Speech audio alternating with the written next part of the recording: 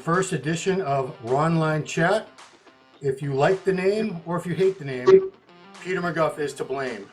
Hey everybody, welcome to the RONLINE Report. We have with us today Nathan the Prophecy Dasher, Olympia President and Chief Olympia Officer, Dan Solomon. Hey everybody, and welcome to the RONLINE Report. Today's guest, none other than the great 8-time Mr. Olympia champion, totally awesome, Please welcome Brandon Curry. 7-time Mr. Olympia, Phil Heath, just as we speak today.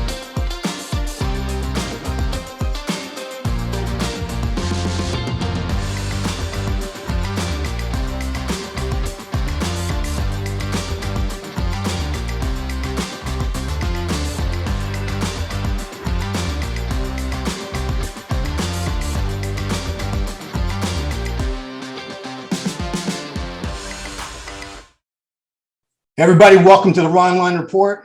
This guy needs no introduction. 4-time Mr. Olympia, probably the most respected man in our industry. I'm not even kidding. Please welcome Jay Cutler. What's up, Jay? Good to see you, Ron. This is the first time I'm not seeing in a Cutler shirt when we do these interviews. Yeah, those things are getting kind of rangy. I need to send you some new ones. Yeah. What's Meathead Nation? So that is a guy named Rudy Leandri that works for Redcon. Okay. He's got his own like offshoot clothing. I think it's still part of Redcon, but it's all meathead stuff. And okay, I like that word meathead because that's like, to me, that's like, you know, our N word. Like I can call you a meathead, you can call me a meathead, and I don't get upset. But if someone else calls me a meathead, I'm like, not a meathead, shut up. So meathead. Yeah. Man, so we talked the last time, it was either before or after the Olympia, it was last October. And at that time, the Boston Pro hadn't happened. So that happened the week after the Arnold, and man, I thought they did a hell of a job. You were there, you were a guest of honor. You know, I'm sure both of us were dreaming about a pro show in Boston our whole lives. What was it like for you to finally see it come to fruition, and especially the way it was produced so well? Yeah, listen, David and his staff did an amazing job. I thought the whole experience, and when we talk about experience, I mean, there was just a lot of highlights of not just having necessarily a bodybuilding show, which, listen, back in our era, it's all we really cared about. Now the whole experience has now gotten to a production value, and, we have live streaming. So the people that can't attend, and especially, right now, it's a little harder for people to travel, especially internationally. Cost, obviously with tickets has gone up quite a bit, but I'm able to hold those Boston shows, the amateur portion. I promote those with Steve Weinberger and Bev over there, and Sean and the staff. And, you've been super supportive of it, as has Muscular Development been covering those events for quite some time. We have a lot of talent that shows up on that stage and ends up moving to bigger stages, right? Yeah. And, we have celebrity judges such as Jose. And I mean, we have it together. But the pro show in all divisions, especially the week after the Arnold, really made that something because we had a lot of huge headliners. Yeah. But, they had it at the Sheraton Hotel, and I was kind of the face guy for this event, meaning like I was the guy kind of going out there first and really kind of promoting, especially being from that area. Yeah. So it was a great opportunity for me to, be a part of an historic event. I think we've been kind of bleeding for this for quite some time. The question is where do we go from here, right? I mean, everything from the food after to the whole experience, it worked well, right? Yeah. So, coming out of the crazy times the last 2 years, I think people are just happy to see. I think we needed actually more seats in the venue area. Yeah. Definitely. But all in all, I thought it was a great fan experience. I think it was a great experience for some of the pros. I mean, we saw William Bonnick gather some redemption and not only win, the first prize of $12,500, but also get a vehicle, I think, that he gave to his sister, which was pretty cool. A Ford truck. Yeah. Yeah. So, and I was actually the first show I've ever seen where open men were not the last to get the awards. I thought that was, I don't know if there was any significance to that, but Classic Physique, which was won by the German kid, Urs Kalaczynski. Yes. That was the last division, which traditionally that's open men. That's what everyone waits for. Do you think there was any significance to that, or was it just a mistake? I think it was, the rotation. I mean, I think, we had such a competitive Arnold with that division. I Mm. felt that that was actually more competitive than the Open. And listen, the Classic's the hot thing right now. There's no question. And to go on record, we're never going to see professional bodybuilding diminish. I mean, we're still going to have the stars of professional open bodybuilding, but definitely there's a lot of excitement for Classic, and it's still bodybuilding. I mean, these guys now, you see the size, the condition, the poses. I mean, it's definitely a division that holds its own weight. And I think mixing it up sometimes isn't such a bad thing, right? Yeah. And it was a Boston Pro, but it wasn't just strictly about the men's bodybuilding. I mean, we had the wellness in there and all the divisions pretty much that carried over from the Arnold. So, we saw some great champions on there, and Urs is definitely a future superstar. We're still going to see those open guys, that they're going to do great things come this December at the Olympia. Yeah. Well, let me ask you this. If you were 18 years old right now, 2022, and you had all these options, do you think you still would have wanted to be an open bodybuilder, or would Classic maybe have appealed to you? Because I remember Bob Paris, Chris Dickerson, you were fans, Barry DeMay, you were fans of the guys with very aesthetic physiques when you were a kid. Yeah. And speaking from Ron, I mean, listen, today's era, it's hard to say because we're faced with a lot of mass on the open stages, and I became one of those guys. But when I came up, like I said, Bob Paris was the first bodybuilder I followed. I followed Chris Dickerson. There was a lot more aesthetics, meaning the guys weren't necessarily as big because they didn't have, the nutrition, the training equipment for sure. Mm-hmm. And also they didn't have the financial reward that bodybuilders today, or even in my era, had as far as sponsorship to have a full-time position to be able to eat, sleep, and train. So things have advanced so much. And I think I would have chosen for sure to come out doing Classic because it was just definitely more attainable. But I think everyone would agree that if you had the genetics to transition into open, there's still way more opportunity to become Mr. Olympia and win $400,000 and become a huge figurehead and be one of the elite that win. Then, there's only one Sandow trophy. Yeah.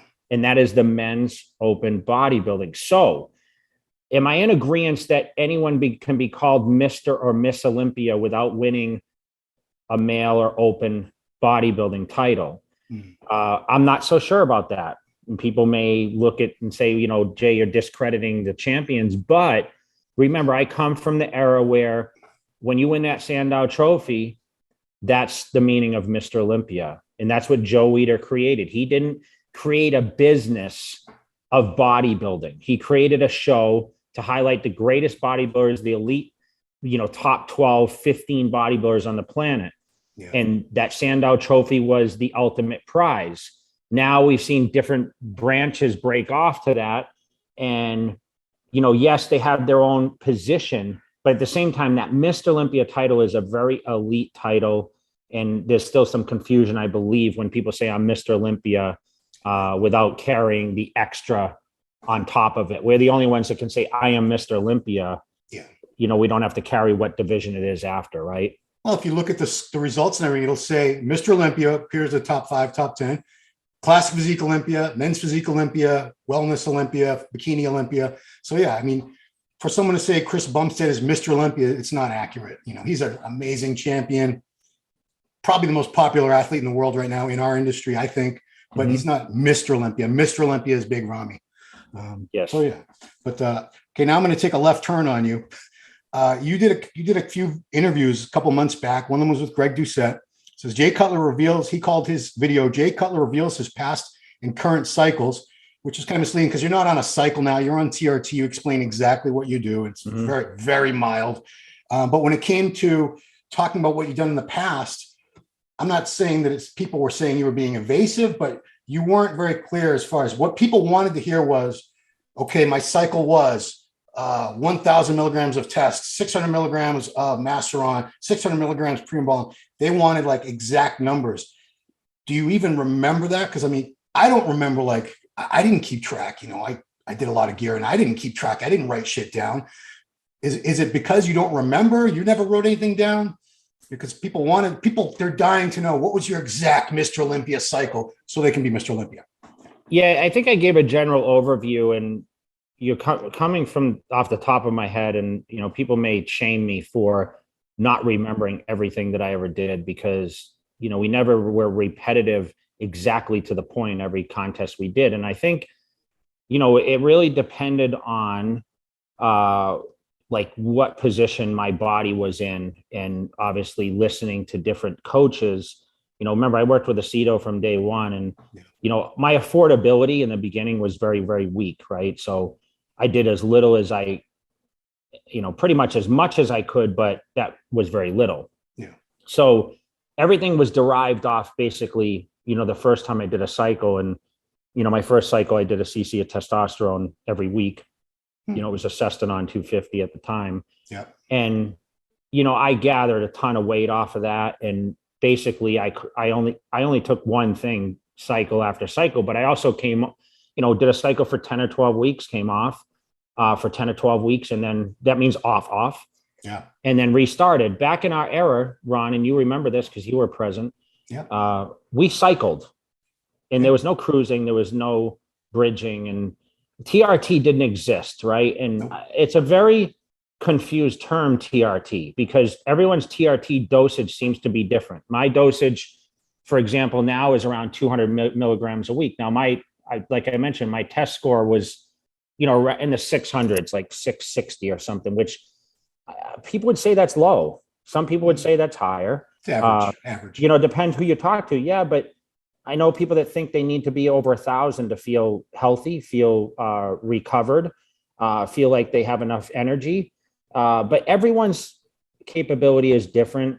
I mean, I've had in tests when I've been 70 in my test score. Wow. Because I came off after these events. And, that's one thing all the way through, even in the Mr. Olympia times, I came on and off. And I did mention that even we say TRT, which I'm under doctor's supervision for that, obviously prescription. Yeah. I still cycle on and off. Like there's times that I don't take, I come off once a year or so. And I know that some people discredited that. It's not proper to do that. Yeah. But you know what? It's just preference. And like I mentioned, I came on and off.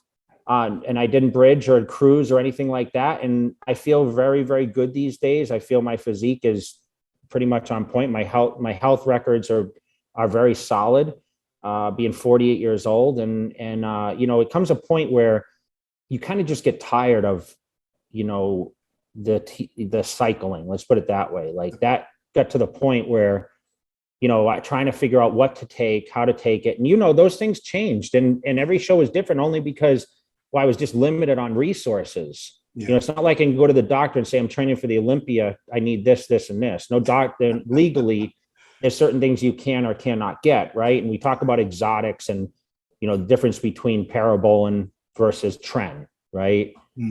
I never really experienced the whole trend thing because, back in my era, we got parabolin, which people could say, well, it's the same thing. Well, it was only 76 milligrams, Yeah. And you only had to do 2 a week, maybe if that, and you had great results from it. Do I think, back then that the compounds were a little different? Absolutely. I think today, even with prescription, if you're not getting the actual pharmaceutical anabolic or whatever else, it's much different from what we took back in the era, because we just don't know where it comes from. I know people are buying stuff from here or there, which I don't think is the best case. I always tell people to follow with a doctor or, have some sort of supervision. Blood tests don't always tell the story, Ron, as you see. There's a lot of people with blood tests, but, having the CT scans and everything else is really important, especially as you get older now. Not to say that kids at 25 need to go and do CT scans. They've been bodybuilding for 2-3 years. Back then, I don't know if it didn't exist, right? CT scans didn't exist until recently. We started hearing a lot of topics about that. But, I was just very, very conscious about like long-term effects. Not to say I totally said I abused based on the dosages I did to be on the stage at the highest level. Yeah. But I was smart enough to cycle on and off. And, I hope people have the understanding of, what I was trying to get to is that, just because you become the best in the world at what you do doesn't necessarily mean that you have the secret sauce to get there. Right. See, another thing that kind of annoys me is some people claim to know what all the pros did use. They say they can look at a physique and they'll say, this is what he's on. This is how much he's on, as if they can. There's this guy, Derek, More Plates, More Dates. So that's his whole channel, basically, is natty or not videos. And he guesses somebody's cycle. It's usually celebrities that are on stuff for a movie or something, but that's ludicrous. But I'm just curious. This is the last witness stand type of question, I promise. At the low end, when you were competing as a pro, what was like a total contest, a total grams for a week at the low end when you were prepping, and like the high end, the most grams you ever did? Because some people will say Jay probably did like 8 or 10 grams a week. No, I mean, I would honestly say, remember the testosterone would come down, and I mentioned, 500 was around the sweet spot of what I would do a week of testosterone. I went to 750. I went to 1,000. Yeah. But I found that settling around the 500 mark was legit for me. And adding, I would cut that way down. So I would literally be on very little testosterone. I mean, there was a point where I only did, an enanthate testosterone. I didn't even use propionates really, because for some reason for me, I just didn't have great, I would get swelling from taking those kind of injections. Yeah. But adding up with you're dealing with like Winstrol's or suspensions or primobolins, which are very low dosages. I would have to say I reached, maybe 1,500 mgs a week in contest prep. Would probably be around the mark. Hard to really say unless I sat there and thought back. Okay, remember this is, it's been 9 years since I've actually, competed, and even the last year, I don't think I did a heavy cycle. I was already close to 40, but you just seem to need less and less when you develop that muscle. It's just like the training. You don't need to train outrageously heavy weights to maintain a certain amount of mass. But once you already achieve that, right. But it wasn't a lot. Like, it wasn't a lot, man. Like thinking back, I mean, I would say around, 15. I mean, maybe at points I maybe hit 2,000 on a week's, prepping for a show, but off season, man, it was like, 500 tests and maybe some, maybe an Anadrol 50 here and there. Like, so maybe some D balls, like through, training through like different cycles as I was coming up. Yeah. Maybe some Anavar, which was very low dosage. I mean, I've switched on and off, but I would say that, it wasn't extremely high, not even close to what you mentioned with 8 grams or whatever. The comments below are going to be like, Jay's a liar, Jay's full of shit. But you know what? You went from, you started bodybuilding on your 18th birthday. Is that right? I started on my 18th birthday, 91, August 3rd. Yeah. You're like 180, 85 pounds that day? I was about 200 then. Oh, okay. So within a year, you were 240 or more? Yeah, about the first year I started training. Because remember, the unique thing for me is like I was doing concrete. So I maintained 200 pounds doing concrete. Well, I stopped doing that and I started college and I started eating like a horse and not working in the outside anymore. And I was starting to do security. So I remember I would go work the security job when I was in college at Quinsigham in Worcester. Yeah. And I'd actually bring a cooler and I'd have all my food. I'd have a microwave. I'd have everything. So I'd sit in there and eat the meals because I just read in the books that's what you needed to do. So I started this six meal plan a day, just eating the meals. And I mean, I put on a ton of weight. And then once Chris Aceto got a hold of me and actually I followed a really strict diet, I learned a little bit more about training. By that point, I was a little more experienced. I mean, that 240 turned into like a really conditioned 240. In fact, when I started, thinking about competing after teenage nationals, I had a rebound after teen nationals. I competed about 214 there. And I went almost up to 260. And that's when you started seeing me because Lou Zwick started chasing me down. And rebound is crazy when you diet hard. Chris Aceto put me in a hard diet for the teen nationals to get lean down. Went from 240 to 214. And then I bounced back to 260. And I was able to maintain that size. But once he started rotating, the foods around and, learning to eat more carbohydrates and stop being so restrictive, but eating clean food, my body just really conditioned its way into being in its own. And when I started dieting for the Tournament of Champions, you remember 1995, I started at 260 and Chris Aceto's like, you're going to be 225. And at the time that was like heavyweight cutoff. Right. And Actually, there and wasn't I even literally, there was no super heavy yet when you yeah, won that. everybody was, it was heavyweight, right? Yeah, So yeah. he's like, you're going to be right around 225. And I mean, I competed at 241 at the Tournament of Champions. He was way off on the number because I made so much progression. I was only 22, you know? Yeah. So it came rather easy for me. And listen, I'm 235 today. And Not like even I mentioned, trying. Not and I even don't trying. try. I mean, yesterday, Ron, I mean, I ate two meals. Today I've had three.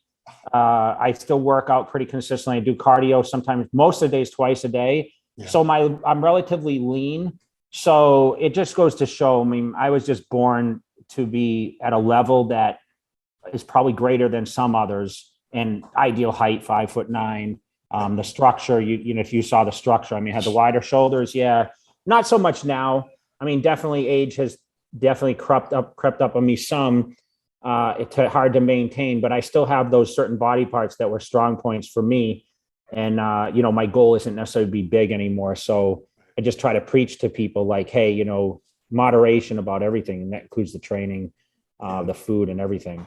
I want to give Aceto some props here because he's, you know, Jose's talked about it many times. He was never one to push heavy drugs at all. In fact, you said in an interview with Doucette that he never even discussed the gear with you. What he left that to you. Whereas I think the role of a lot of coaches today, because when you and Chris were together, there were no coaches. There were like 5 coaches in the world. Now everyone and their grandmother. I see kids that are in high school that are coaches. They're prep coaches, and that's the main focus. People hire coaches to tell them how to take gear because they figure that I know how to train, I know how to eat. Just tell me how to use drugs.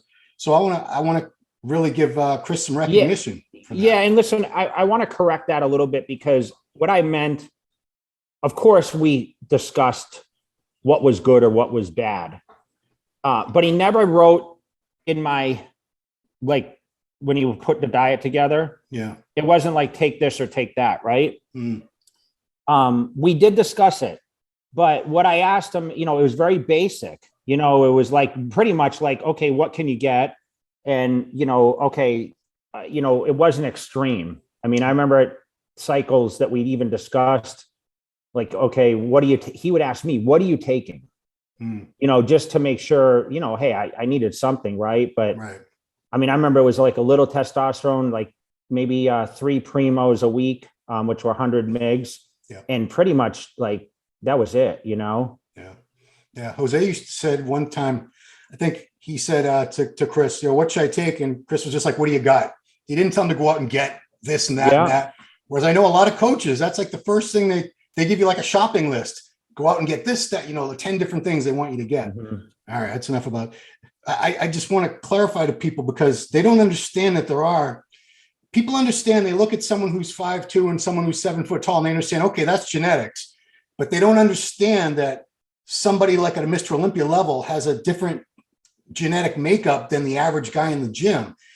Most of these people, because it's hard to accept the reality that we're not created equal physically. We have different DNA, different ancestors, different traits that were passed on to us. Not everyone can get to the size of a Jay Cutler, a Phil Heath, a big Ramy. It doesn't matter how many, you could take all the drugs in the world, a regular person, for 1,000 years. You're never going to look like that.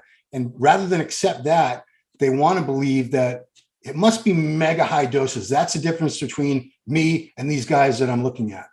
Yeah. I mean, Sean Rode and I, you know, bless him, like we had a discussion in Orlando, and he always mentions, you know, when I told him he needed to walk, talk, and act like Mr. Olympia in order to be Mr. Olympia, and he took that to heart, sooner or later becoming in 2018 Mr. Olympia. Yeah. And he had started working with Chris at the time, and he kind of laughed to me because he's like, you know, when he asked him about what supplements to use, he's like, that's it? Like, that's all it takes?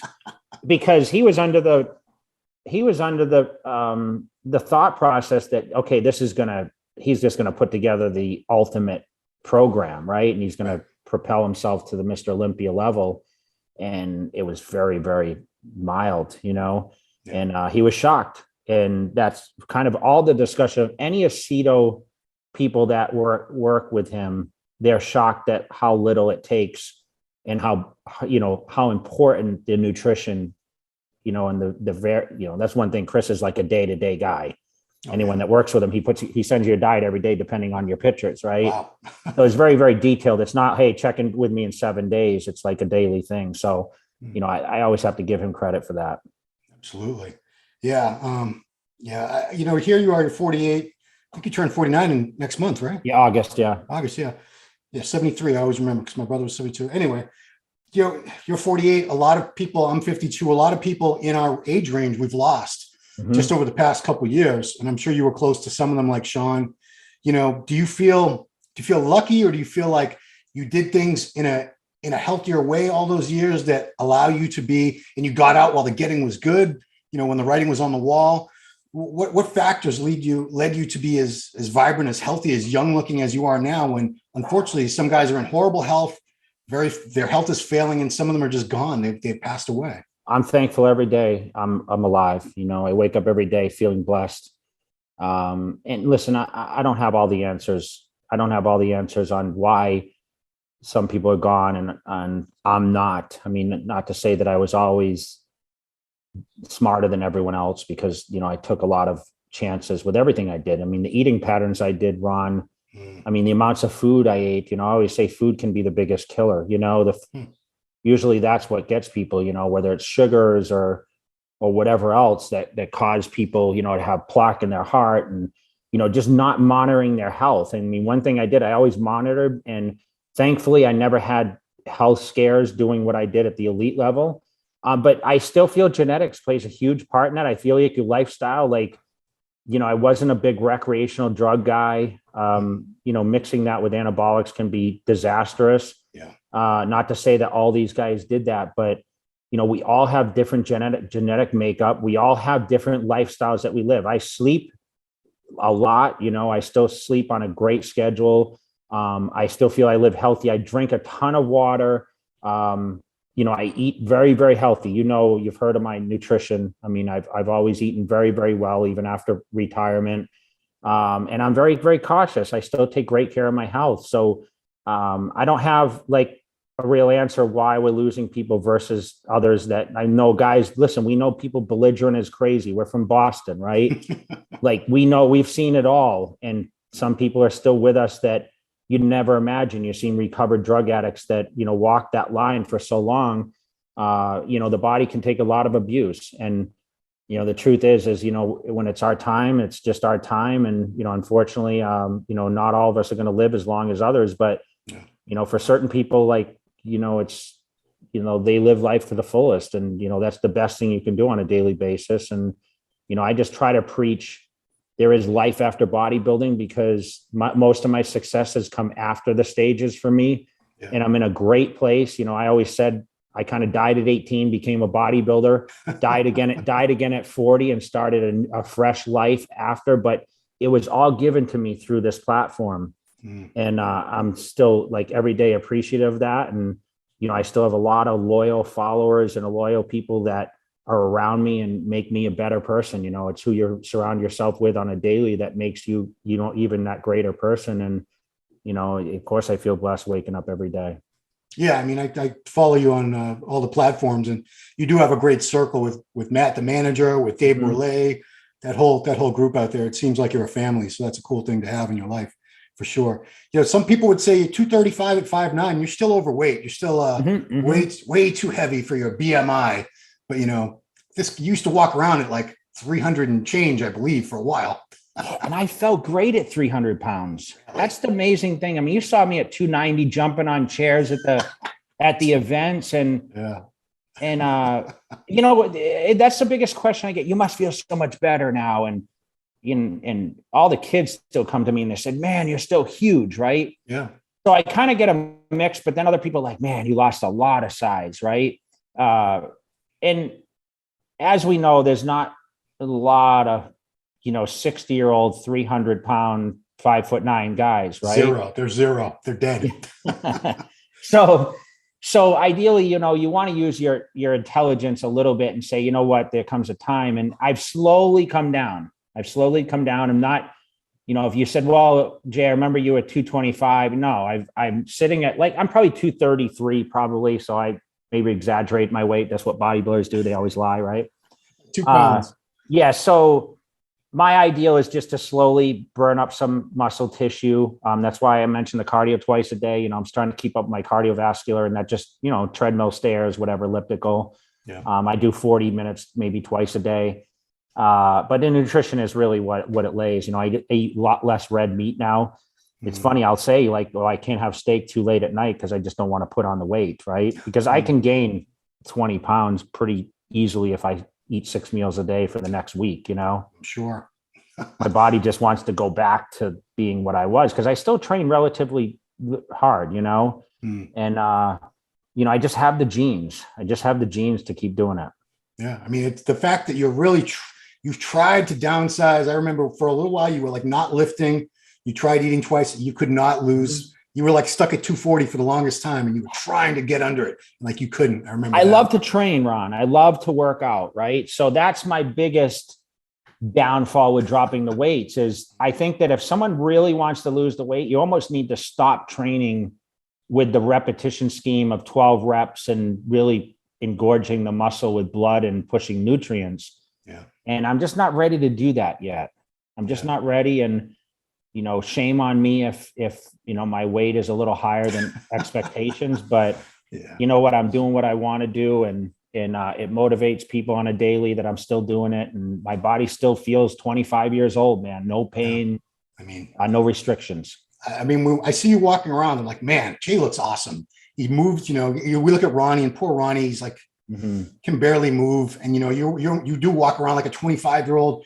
You can fit into all these stylish clothes now that I'm sure when you were 300 pounds, there was no effing way you were fitting in those clothes. This one thing I remember that you used to, I know this is pretty random, but when you were young, I think in Flex magazine, you talked about after workouts, you used to mix up a bowl of, I don't know what it was, like Skittles, Coca-Cola. What was in that? Your post-workout.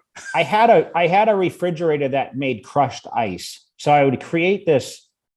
I have this terrible habit of chewing ice, by the way. So, I mean, luckily I haven't lost any teeth yet on it, but I had this crushed ice. So I would actually mix up protein powder, and I would put everything in. I have honey.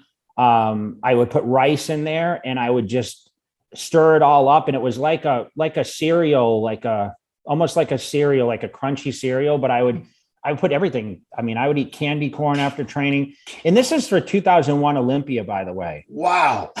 Because I was so far ahead. And what people don't realize is 01, I started dieting at 20 weeks out from that contest. I was so amped up because it was the first year I hadn't competed.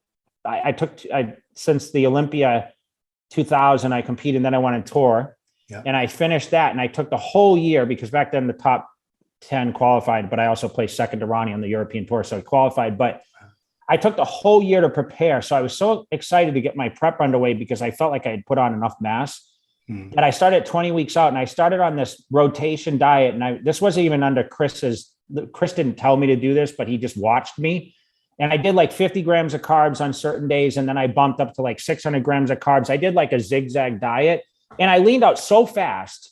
By 10 weeks out, I was absolutely ripped at like 260. So Chris is like, listen, you're just going to have to eat all the way up to the show. You're just going to have to take high days, just stay active, keep your training twice a day. And that's what settled me into 2001 and almost winning the show. Yeah. And I remember Chris was like, you have to eat 1,000 carbs. And I just couldn't eat 1,000 carbs of rice. And so he would just say, hey, I don't care what you eat in order to get there, as long as it doesn't contain a lot of fat.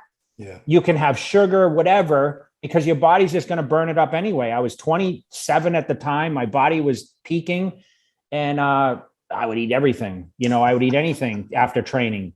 I would have 300 grams of carbs from applesauce, honey, candy corn, whatever I could to really make up that carb and that calorie count that I needed to make for the day. So anyone that says the macros, you have to eat X or Y or whatever else, listen, man, if your body's clicking, it's just clicking. Yeah. So that was the Olympia where you were ahead after the judging. Yes. Ronnie, that was the year Ronnie won the Arnold, and he was like he almost didn't do the show. He was going to go to the hospital. So he came back, Chad had him drink a gallon of water, and he was waterlogged for the judging where you beat him. And then he came back a little tighter, flushing water out. But was that experience, I always felt like that was why you didn't do the Olympia you only skipped the Olympia 1 year after that, right? It was a 2 year. Yeah. There's a number of reasons, Ron, but listen, this is the thing where people say Ronnie Coleman was unbeatable. Listen, I caught Ronnie Coleman. Like everyone slips, right? Yeah. And arguably, Ron, with the judges' scores in 01, I won that contest. Okay. We as bodybuilders know the prejudging matters, right? Yeah. The night show, we didn't have confirmation rounds. We had a posing round then. Right. And somehow I lost the posing round and I lost the pose down that I had won that morning by a landslide. I was ahead by 6 points. So, for me, it was a huge plus just to be second. I mean, I moved up from 8th. And the reason I sat out, remember, I went to Arnold and won in 02. That carried over. I won a lot of money. I won a Hummer truck. I won the Rolex. And I started building my home in Vegas. And I was in prep building my pool at the time, which was a 3-month process. And you know what? I was starting to flip real estate then, and I was financially making a ton from guest appearances. That second place at the Olympia propelled my guest fees like crazy. And I had the mail order running at that time with jcutler.com. And financially, I just didn't see the reward, especially when I came so close and it got away from me. I was only 100,000 for first at the Olympia then. Right. For first, I won 60 for second. So I could make that 100 grand in appearances, no problem. So I said, it's more lucrative to ride out this second place to Arnold victory. Why waste my time going to the Olympia? It wasn't necessary. I didn't need the Olympia platform to keep me going. I already had it carrying over. I was probably solidified myself as the second best bodybuilder in the world, because back then, winning the Arnold, you were second best, right? That's because there wasn't a lot of other shows. I already won the NOC in 2000. And I didn't feel it necessary to compete. I didn't need the Olympia back then. And Wayne D'Amelio was running the show then, and he was kind of a dick, to be honest, And I don't disrespect a lot of people, but he just, he played this game with me, especially after failing the diuretic test in 01. Yeah. He razzed me at the Arnold in 2002 and, said, oh, you're going to pass the test and this and that. And of course I passed the test and and then, move on from there. And eventually they diminished this diuretic testing, but, it wasn't right. He just kind of played a little bit of a game there. And why am I going to go do something for a promoter that didn't have respect for me at the time? And I just kind of rolled with it from there. And you see where I led to. Yeah, I think you just gave people a glimpse into, why you are the most successful Mr. Olympia champion after the sport, and even while you were still competing. You were always thinking you were making things that made sense, rather than, you never let your ego or your pride make decisions for you. It was always practical, cold, logical. And man, that's, people always talk about Jay Cutler is the one they all look up to. All these guys talk about, I want to be like Jay Cutler. I want to be like Jay Cutler. And they're not talking about the titles. They're talking about, the life that you've lived since bodybuilding, while you were in it, all the business ventures you've had and everything. It's a great example, because so many of these guys, they just have that tunnel vision. I'm going to win contests. I'm going to get a contract, and that's it. They don't think beyond that for 1 second. They don't think, maybe I could do this on the side. Maybe I could get this going and build have all these other revenue streams coming in, income sources. So, you're a role model. You inspire people with physique and what you accomplish on the stage, but I think it's even more so everything you've done off the stage that inspires people. Yeah. And back then, Ron, the more shows you won and the bigger titles you won, the bigger contracts you got. It was kind of like a sequence of events, right? Yeah. And I was that guy. I had great contracts with great companies. And, I had the Olympia platform as a stepping stone to do greater and better things. And, I was thankful more for Joe Weider then, because remember, it was his contest. And I feel that the promotion side kind of disrespected Joe a little bit in a sense back then. And that's why I was happy when, Jim Mannion became the president of the IFBB and kind of oversaw the event from, a certain time forward. And, the Olympia platform's always been special to me just because of Joe Weider. I mean, that's really what it is. I mean, the Olympia was created by him. It was carried by him. Of course, today people have lost that respect factor of why it's there. And I try to remind everyone, like, it wouldn't be a place without Joe Weider. Right. And it's still Joe Weider's Mr. Olympia. And I had a great relationship with him. He was a huge mentor to me, you know, alongside a lot of other people. So I'll always give that man my respect for making me as great as I was. Yeah, you know, Kevin Leveroni, we've talked on his show that for many times, he's remarked about how, you know, he kind of feels bad for this current generation of pros because they don't have a Joe Weider. There's no one to really guide them and mold them and show them how to be Mr. Olympia, how to carry yourself and everything. Whereas you guys had that. You could go to his office in Woodland Hills and he'd tweak your posing and give you advice and stuff. And these guys now, they're kind of scattered to the four winds. They don't know what to do with themselves. They sort of have to all figure it out on their own, which some of them do and some of them really don't. So I do think things have changed a lot since Joe's passed. You know, the Olympia is still in very good hands. We have Jake Wood, the owner. We have Dan Solomon. That whole crew that puts it on does a fantastic job. But it was Joe Weider's Mr. Olympia. And unfortunately, nobody lives forever. And Joe had a hell of a run. I think it was like 95 or 97 when he passed. Yeah, it's just, you know, he was one of those people that, you know, really gave me great opportunity, not just in bodybuilding, but in life, right? So we all look at those people as kind of like a father figure. And, you know, he moved me to California and opened up that opportunity for me. I was really scared to move there. And I had great success. He put me in the books and featured me in the best pictures that I could possibly featured in. Yeah. And, you know, that transpired. I mean, I had a lot of great, you know, recollection of the books. And, you know, Steve Blechman was a huge supporter of mine. You know, my respect goes to him because long after I retired, he supported me. You know, he supported me. And even when I stepped away and I got injured, and, you know, there's certain people that I hold a lot of respect for. And, you know, it's those kind of people that, you know, I do appreciate this far in my career. Yeah. Well, a couple quick Olympia questions and we'll start wrapping things up. Big Ramy, do you feel like this might be his last year? I mean, I don't know how close, I don't know if you're close with him at all or anyone in his camp, but it seems like with everything that's been going on lately, this is probably going to be his last year. Do you get that? I mean, I don't know. I mean, he still has the physique if he comes in the best shape, and I don't know who can beat him, but it's hard to say because he's not saying much.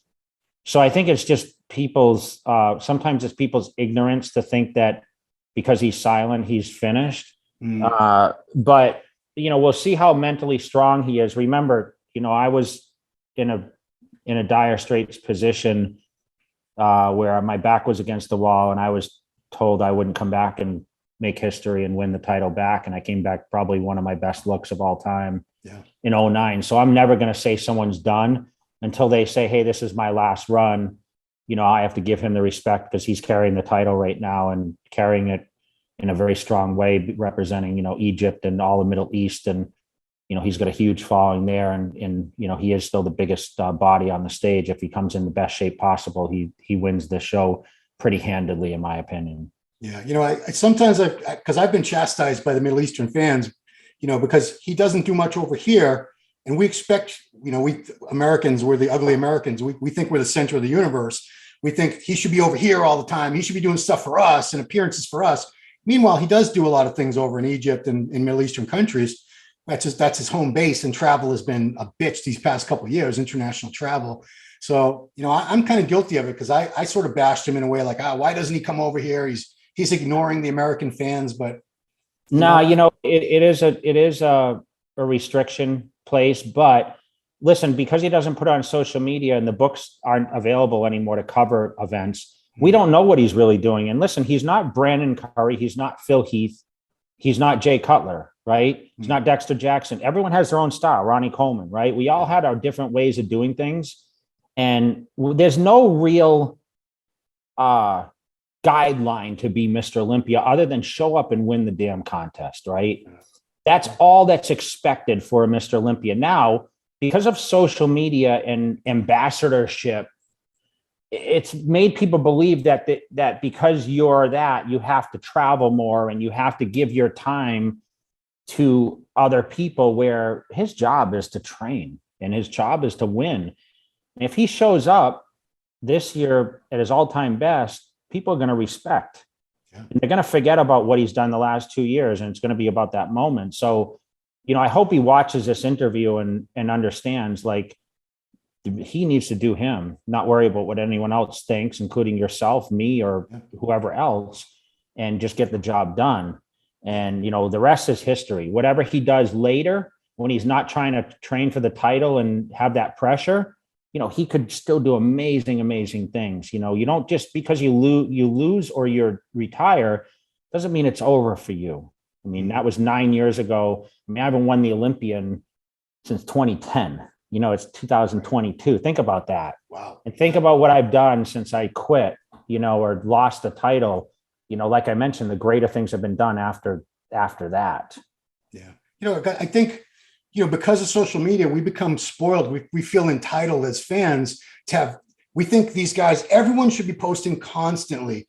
Give us training clips every day. Give us progress pictures every day. Show us what you're eating. Show shopping, playing with your kids, your dog. We demand so much from our heroes now. It's, back when we were reading the magazines, we knew nothing about these people except, a little bits here. And we never saw what they looked like in the off season. Their private lives were their private lives.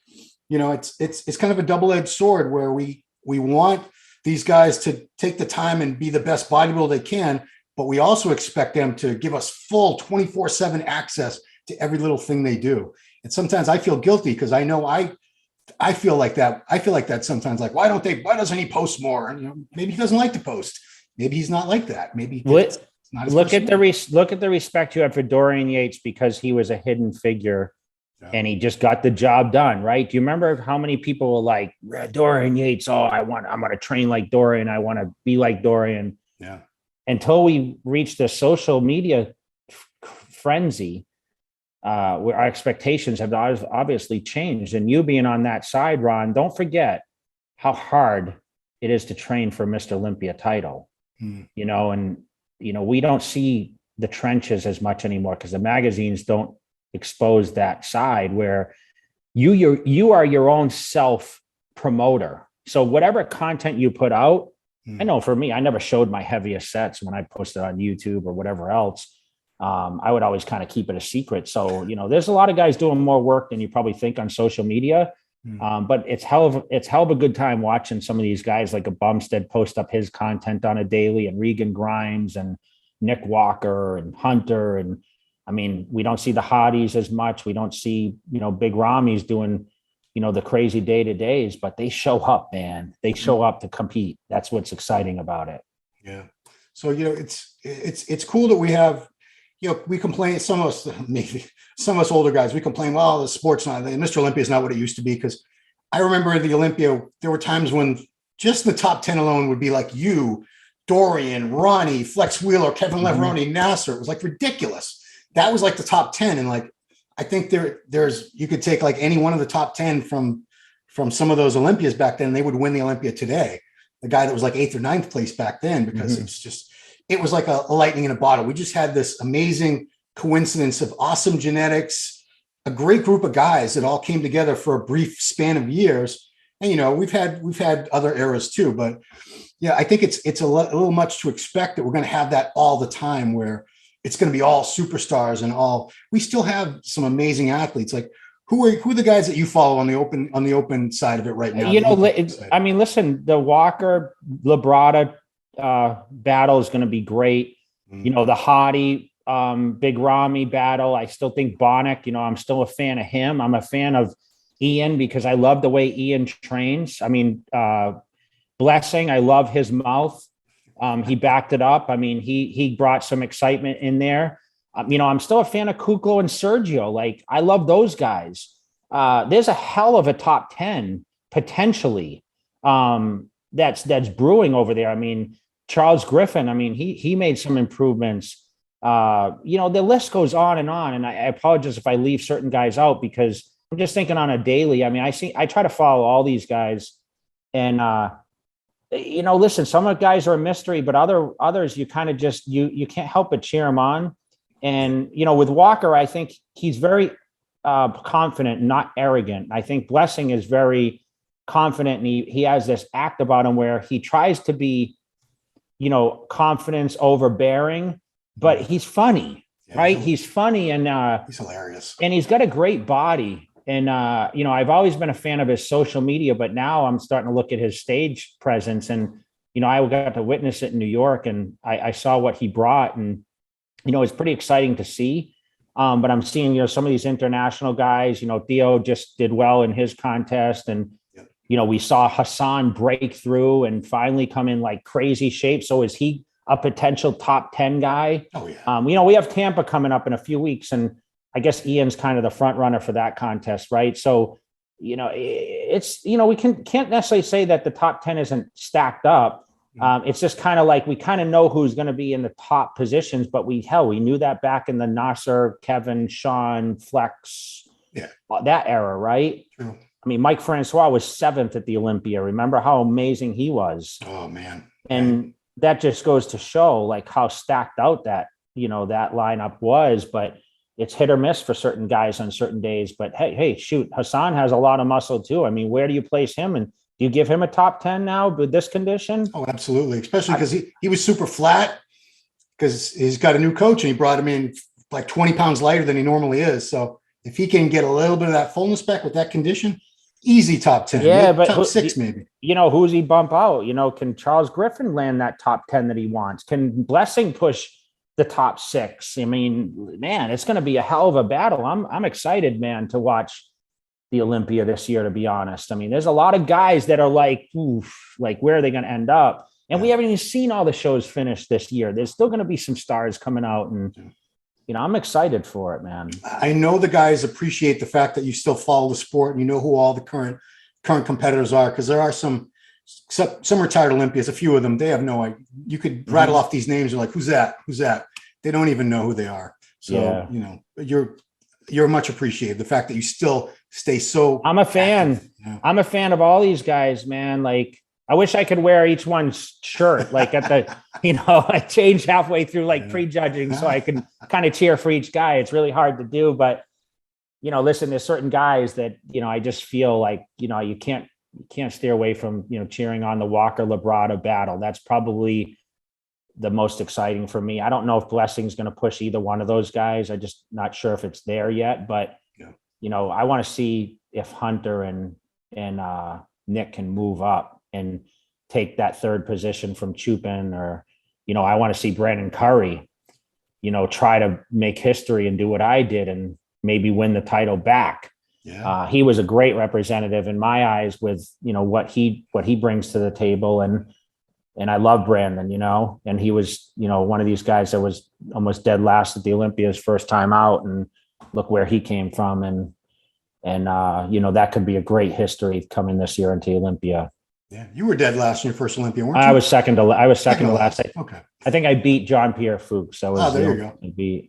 So, yeah. Wow. I want to have you talk a little bit about this thing you're doing coming right up July 30th. You're involved with the Make-A-Wish Foundation. You're doing a charity camp to raise some funds for that. So tell me a little bit about that. Yeah. So what I'm doing is I did this back when if you recall, I did it at Gold's Venice back when I won the Olympia in 06, and Dave Borlée kind of managed this. You know, I worked with Make-A-Wish Foundation of Los Angeles, and for some reason, I just thought Destination, Gold's Venice, we were covering. Dave had the store at the time, Max Muscle, which was the Jay Cutler Max Muscle. So, you know, we allowed like certain number of people to come out and have one-on-one experience and training. We would eat and do this whole workout and be able to spend some time. And, you know, we had a lot of professional people fly from all over the world. I developed a lot of relationships from this. And so I'm bringing those back to Las Vegas because Las Vegas is the hotbed now. Oh, yeah. And we're having it at Fit Club on July 30th. We're doing, we raised 8 spots, which I didn't even have to advertise this. I filled 8 spots where people, 100% of the proceeds go all to Make-A-Wish Foundation of Nevada. So we are actually going to, you know, raise money for the kids. And of course, I want to do this on kind of a bi-monthly basis where I'm going to offer training. You know, basically people come to Vegas, they get the one-on-one experience. It's for a great cause.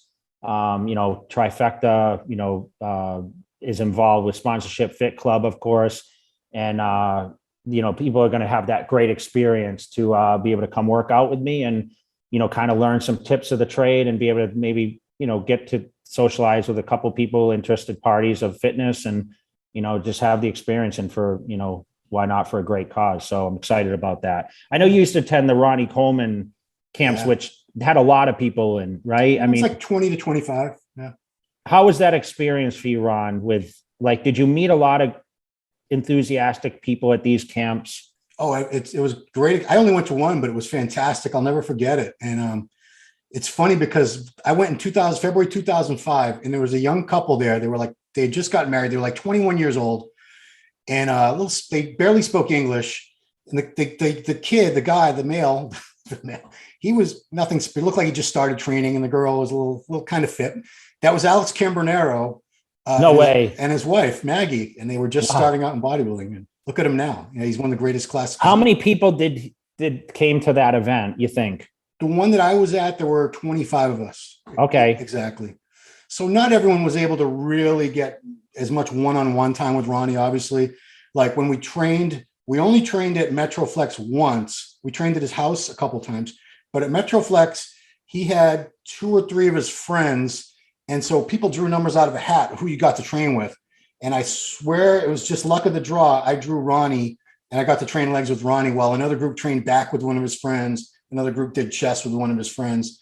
But it was a fantastic, it was Metroflex gym. It was filthy and grungy and hardcore. And that was Ronnie's last year that he won the Olympia. That was a few months before he won his 8th title. Okay. So, yeah, I allowed 8 spots. Normally I did 6 back in the era. Yeah. But I allowed 8 for this one. So I'm going to have a little bit with each person. And then, of course, Teriyaki Boy is going to cater the event after. We'll have some chicken and rice and whatever, and show kind of the Jay Cutler bowls, what's happening out there. And, just get down a little bit. And, obviously the training's changed, but I want to try to give some pointers to those people. And we do have a couple couples coming in for that, which I think is kind of cool experience. And hey, why not come to Vegas? It's a great weekend getaway, right? Did you ever think Las Vegas was going to end up being the bodybuilding hotbed that it is? It is crazy, man. Like, Flex has really brought a lot of culture with his hardcore, type gym there. Dragon Slayer. And we just we have so many. I mean, I train at Fit Club. I train at Kilo Club, which is the old City Athletic, Jay Jung over there, Lift Factory. I mean, I still go to LVAC, EOS Fitness, which is the old Gold's gyms. I mean, you have Yaks Fitness right there now. That's very close to the Strip. He opened up in Town Square. He's working with the Olympia, I think, as kind of a destination spot. So there's a lot. I mean, Self-Made just opened recently. There's so many new facilities and probably new other ones. I believe Elevation out of Miami is now opening up in Las Vegas. So there's quite a bit. And there's a lot of faces. We got to mention the Powerhouse Gym, Iris Kyle, too. Powerhouse Gym. I train there also. And, Hidetada and Iris's place, they have probably the best equipment in Las Vegas in their gym. Wow. And, they have the posing room there. So there's a lot catering to the athletes. So it's hard for all these athletes to do the circle and be able to come to all those different facilities. But definitely, hopefully people watching this can see all these gym chains that are coming up here. Yeah. Last question, I promise. Did you ever think that when you retired, 2013 was your last year you competed, right? 2013, yeah. So did you ever think that you would still be so involved in the sport the way you are at this time? Because you were doing real estate long ago. You could have just done that. You could have done anything, Bitcoin or something. You didn't have to have anything to do with this industry ever again if you didn't want to. So why are you still so heavily involved in all of it? I love it. I love it. I love what I do. The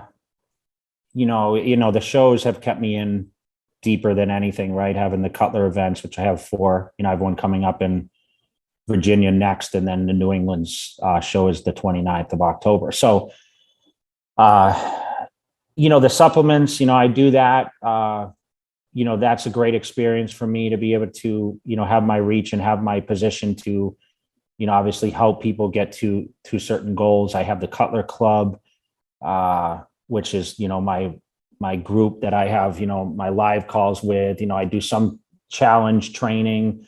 But the main thing is the meet and greets, is the traveling to events, charity, still trying to get the military stuff going again. I mean, this charity event is the kickoff, but hopefully I'll get back on the bases and tour with the USO and all that. Oh, wow. But more importantly, like I'm still doing the bodybuilding thing on a daily basis. So I'm on media showcasing how, someone retired does it. And you're right. I never imagined that I would even be still as popular through social media platforms, because I thought once I left the magazines, it was going to be hard for me to transition to social media, because if you watch a lot of my old videos, it was really hard for me to be vocal and speak and really come out of my shell a little bit, because I was so hardcore. Mm-hmm. And I've had to change my ways a little bit and become something that I wasn't as a young kid. I wasn't a vocal. I was very introverted. Mm-hmm. And that's why I think a lot of people relate to me, because they understand that deep down inside, I'm just, a guy that, had a dream and aspirations to be great. And I was able to do that, but still, trying to attain other things. And that's, to be someone that people can use as motivation. So I'm blessed to be able to do it. And if I didn't get that satisfaction every week of meeting people and being featured, through all these different channels, including this podcast, I guess I wouldn't be as motivated to keep doing it. So I appreciate, you reaching out to me and us nailing down to try to do it. And I always want to represent Massachusetts, Ron, because I know they're killing it. And I hope you hit the gym today and you did it at the best of your ability, right? Oh, I'll never stop, Jay. I will never stop. Yeah, Sterling, Massachusetts, guys. That's where he came from. Yeah. Little farm town outside of Worcester. Yeah. Yeah. Don't forget, guys. He's not from Las Vegas. Don't even try to claim him. So, man, that's it, man. Jay, thank you so much for taking the time to do this. Appreciate it very much. You're still so relevant, so popular for a reason. The fans, they appreciate the way that you still interact with everybody, take the time, talk to them, take pictures with them. I think you're more popular now than you were when you were competing, if that's even possible. But I think you are. And for good reason. I appreciate that. What I want to know is that trophy over your right shoulder. Which one is that one with the bicep shot? 2002 New England, second place heavyweight. Mm-hmm. Yeah, I remember like yesterday, man. Yeah, Jimmy Dakotas used to put on. Yeah, he was the promoter before you took it over. Yeah, right? Yeah. He went in the New England was in May. Yeah, there was only one. Jay Cutler spot now. Yeah, we only had one show a year in Massachusetts for like 25 years. No, Greco did the Powerhouse Classic, if you remember. Did he do it more than once? I remember he had it once in Waltham at Bentley College. Well, remember when Victor Richard guest posed there? Okay. And Dillette, he had Dillette and Victor Richards, I think, on the same time, because I remember going down there to that show to watch, and I couldn't believe how big Victor Richards was. Yeah, Mr. Big. Jeez, you got a great memory. Yeah. I forgot about the Powerhouse Classic. Well, remember, you migrated for a while to California. You may not have been around then. No, I wasn't, but I was working for Lou, and I think we covered that show one year that he did the Powerhouse Classic. Yeah, I was out there from 91 to 2000, so I missed the whole 90s scene in Boston. I missed that. Well, you got to witness the greatest days of Gold's Gym Venice. Oh, dude. Yeah. I mean, I feel blessed. I feel bad for these kids that you have your Vegas and you have other places around the country, but Venice in the 90s, wow. It was like a fantasy for bodybuilders. It really was crazy, right? Yeah. So sorry, kids, you'll never experience it. My bad. Anyway. Yeah. So that's it. Thank you so much, Jay. Awesome catching up with you. That's it, guys. Thanks for watching RONLINE Report with 4-time Mr. Olympia, Jay Cutler. We'll see you next time.